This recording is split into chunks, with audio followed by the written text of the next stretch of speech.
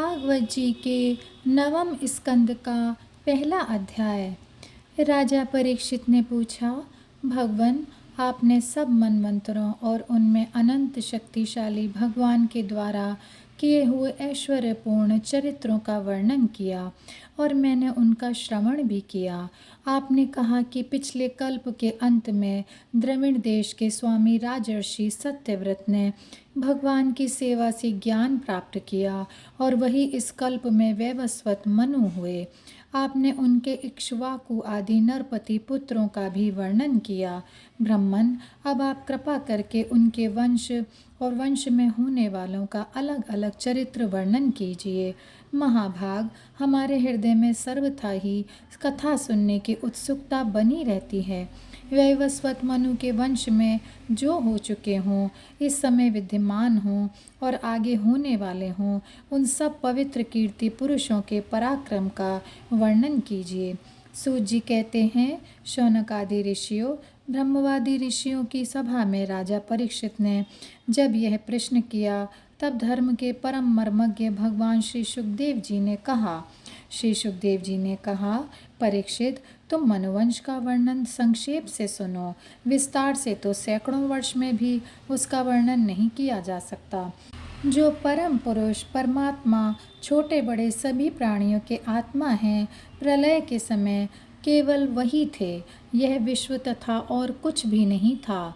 महाराज, उनकी नाभि से एक स्वर्णमय कमल कोश प्रकट हुआ। उसी में चतुर्मुख ब्रह्मा जी का आविर्भाव हुआ। ब्रह्मा जी के मन से मरीचि और मरीचि के पुत्र कश्यप हुए।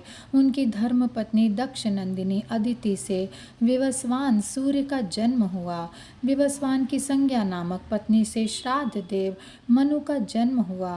परीक्षित, परम मनस्वी राजा श्राद्ध देव ने अपनी पत्नी श्रद्धा के साथ गर्भ से 10 पुत्र उत्पन्न किए। उनके नाम थे इक्ष्वाकु, नृग, शर्याति, दिष्ट, धृष्ट, कुरुष, नरिष्यंत, प्रशद्र, नभग और कवि।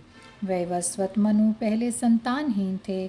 उस समय सर्वसमर्थ भगवान वशिष्ठ ने उन्हें संतान प्राप्ति कराने के लिए मित्रा वरुण का यज्ञ कराया था। यज्ञ के आरंभ में केवल दूध पीकर रहने वाली वैवस्वत मनु की धर्मपत्नी श्रद्धा ने अपने होता के पास जाकर प्रणाम पूर्वक याचना की कि मुझे कन्या ही प्राप्त हो। तब अध्वर्युग की प्रेरणा से होता बने हुए ब्राह्मण ने श्रद्धा के कथन का स्मरण करके एकाग्र चित्त से वषटकार का उच्चारण करते हुए यज्ञ कुंड में आहुति दी। जब होता ने इस प्रकार विपरीत कर्म किया, तब यज्ञ के फलस्वरूप पुत्र के स्थान पर इला नाम की कन्या हुई। उसे देखकर श्राद्ध देव मनु का मन कुछ विशेष प्रसन्न नहीं हुआ। उन्होंने अपने गुरु वशिष्ठ जी से कहा, भगवान, आप लोग तो ब्रह्मवादी हैं, आपका कर्म इस प्रकार विपरीत फल देने वाला कैसे हो गया? अरे, यह तो बड़े दुख की बात है। वैदिक कर्म का ऐसा विपरीत फल तो कभी नहीं होना चाहिए। आप लोगों का मंत्र ज्ञान तो पूर्ण है ही, इसके अतिरिक्त आप लोग जितेंद्रिय भी हैं तथा तपस्या के कारण निष्पाप हो चुके हैं।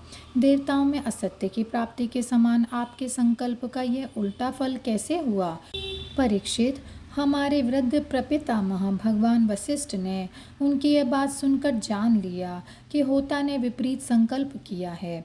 इसलिए उन्होंने वैवस्वत मनु से कहा, राजन, तुम्हारे होता के विपरीत संकल्प से ही हमारा संकल्प ठीक ठीक पूरा नहीं हुआ। फिर भी अपने तप के प्रभाव से मैं तुम्हें श्रेष्ठ पुत्र दूंगा। परीक्षित, परम यशस्वी भगवान वशिष्ठ ने ऐसा निश्चय करके उस इला नाम की कन्या को ही पुरुष बना देने के लिए पुरुषोत्तम भगवान नारायण की स्तुति की। सर्वशक्तिमान भगवान श्री हरि ने संतुष्ट होकर उन्हें मुँह मांगा वर दिया, जिसके प्रभाव से वह कन्या ही सुद्युम्न नामक श्रेष्ठ पुत्र बन गई। महाराज, एक बार सुद्युम्न शिकार खेलने के लिए सिंधु देश के घोड़े पर सवार होकर कुछ मंत्रियों के साथ वन में गए। वीर सुद्युम्न कवच पहनकर और हाथ में सुंदर धनुष एवं अत्यंत अद्भुत बाण लेकर हरिणों का पीछा करते हुए उत्तर दिशा में बहुत आगे बढ़ गए। अंत में सुद्युम्न मेरु पर्वत की तलहटी के एक वन में चले गए। उस वन में भगवान शंकर पार्वती के साथ विहार करते रहते हैं। उसमें प्रवेश करते ही वीरवर सुद्युम्न ने देखा कि मैं स्त्री हो गया हूँ और घोड़ा घोड़ी हो गया है। परीक्षित, साथ ही उनके सब अनुचरों ने भी अपने को स्त्री रूप में देखा। वे सब एक दूसरे का मुंह देखने लगे। उनका चित्त बहुत उदास हो गया। राजा परीक्षित ने पूछा, भगवान, उस भूखंड में ऐसा विचित्र गुण कैसे आ गया? किसने उसे ऐसा बना दिया था? आप कृपा कर हमारे इस प्रश्न का उत्तर दीजिए, क्योंकि हमें बड़ा कौतूहल हो रहा है।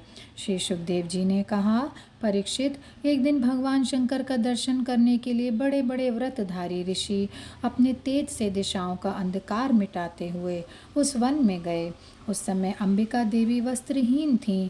ऋषियों को सहसा आया देख वे अत्यंत लज्जित हो गईं। झटपट उन्होंने भगवान शंकर की गोद से उठकर वस्त्र धारण कर लिया। ऋषियों ने भी देखा कि भगवान गौरी शंकर इस समय विहार कर रहे हैं, इसलिए वहां से लौटकर वे भगवान नर नारायण के आश्रम पर चले गए। उसी समय भगवान शंकर ने अपनी प्रिया भगवती अंबिका को प्रसन्न करने के लिए कहा कि मेरे सिवा जो भी पुरुष इस स्थान में प्रवेश करेगा वही स्त्री हो जाएगा। परीक्षित, तभी से पुरुष उस स्थान में प्रवेश नहीं करते। अब सुद्युम्न स्त्री हो गए थे, इसलिए वे अपने स्त्री बने हुए अनुचरों के साथ एक वन से दूसरे वन में विचरने लगे। उसी समय शक्तिशाली बुध ने देखा कि मेरे आश्रम के पास ही बहुत सी स्त्रियों से घिरी हुई एक सुंदरी स्त्री विचर रही है। उन्होंने इच्छा की कि यह मुझे प्राप्त हो जाए। उस सुंदरी स्त्री ने भी चंद्रकुमार बुध को पति बनाना चाहा। इस पर बुध ने उसके गर्भ से पुरुरवा नामक का एक पुत्र उत्पन्न किया। इस प्रकार मनुपुत्र राजा सुद्युम्न स्त्री हो गए। ऐसा सुनते ही उन्होंने इस अवस्था में अपने कुल पुरोहित वशिष्ठ जी का स्मरण किया।